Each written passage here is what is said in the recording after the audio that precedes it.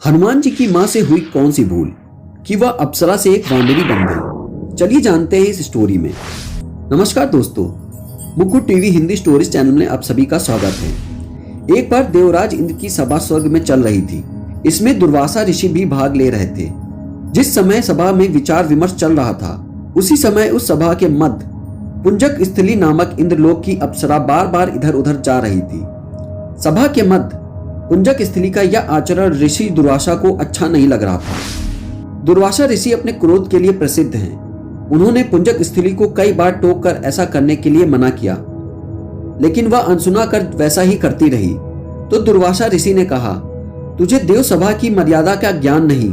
तू कैसी देव अप्सरा है जो वानरों की तरह इधर उधर जा रही है और सभा में व्यवधान डाल रही है। जा, अपनी इस आदत के कारण तू वानरी हो जा। दुर्वासा ऋषि का साप सुनकर पुंजक स्थली सन्न रह गई। अपने आचरण का यह परिणाम वह सोच भी नहीं सकती थी, पर अब क्या हो सकता है, भूल हो चुकी थी। उसके कारण वह शापग्रस्त भी हो गई। उसने हाथ जोड़कर विनय कर ऋषिवर से कहा, अपनी मूर्खता के कारण मुझसे यह भूल हो गई और आपकी वर्जना पर भी ध्यान नहीं दिया। सभा में व्यवधान डालने का मेरा कोई उद्देश्य नहीं था। कृपया बताइए, अब आपके इस शाप से मेरा उद्धार कैसे होगा। अप्सरा की विनती सुनकर ऋषि दुर्वासा पसीजे और बोले, अपनी इस चंचला के कारण अगले जन्म में तू वानर जाति के राजा वीरराज की कन्या होगी। तू देव सभा की अप्सरा है, अतः तेरे गर्भ से एक महान बलशाली यशस्वी प्रभु भक्त बालक का जन्म होगा। पुंजक अप्सरा को संतोष हुआ। पुनर्जन्म में वानर राज विरज की कन्या के रूप में उनका जन्म हुआ। उसका नाम अंजना रखा गया। विवाह योग होने पर उसका विवाह वानर राज केसरी से हुआ। अंजना केसरी के साथ सुखपूर्वक प्रभास तीर्थ में रहने लगे। इस क्षेत्र में बहुत शांति थी। बहुत से ऋषि आश्रम बनाकर यज्ञादि करते रहते थे। एक बार ऐसा हुआ कि वन में विचरने वाला शंखबल नामक जंगली हाथी प्रमत्त हो उठा तथा वन में उत्पात मचाने लगा। उसने कई आश्रमों को रौंद डाला, यज्ञ वेदियों को नष्ट कर दिया। उसके भय से भागते हुए अनेक तपस्वी बालक आहत हो गए।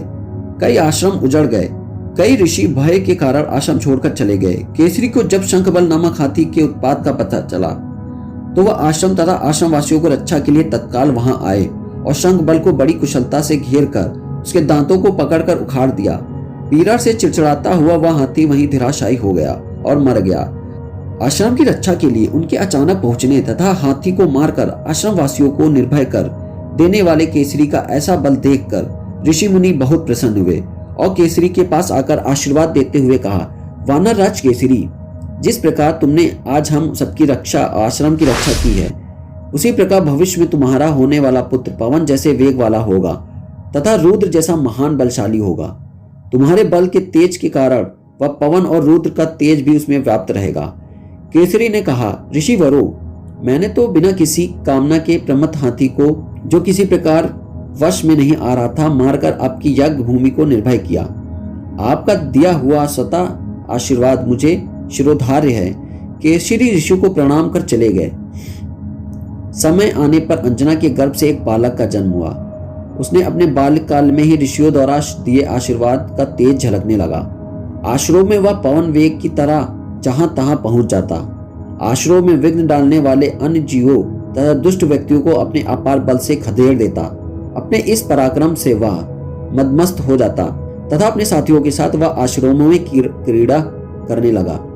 उसको खोलने से कोई रोकता तो वह उसको भी तंग करने लगता। बालक तो था ही, उसके बालक कौतुक से जब ऋषियों को असुविधा होने लगी तो उनके पूजा पाठ यज्ञ में व्यवधान आने लगा। तो उन्होंने अपने स्वभाव में शांति लेने के लिए आशीर्वाद जैसा शाप दिया कि तुम अपने बल को हमेशा भूले रहोगे जब तक तुम्हें कोई आवश्यकता।